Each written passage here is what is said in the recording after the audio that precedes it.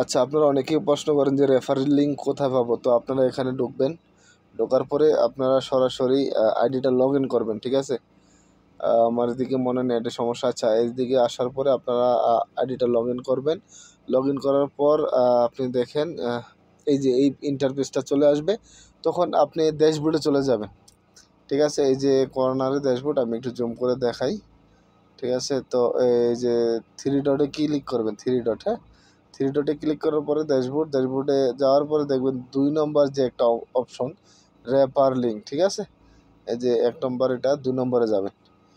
এই যে দেখেন 2 নম্বর, এই 2 নম্বরে যাওয়ার পরে রেফার লিঙ্ক, আপনার লেফট এবং রাইট দুইটা সাইড আছে, আপনি যারে যেদিকে ইচ্ছে রেফার করতে পারেন, ঠিক আছে। এখানে চাপ দিয়ে ধরবেন, লিঙ্কটা কপি করবেন।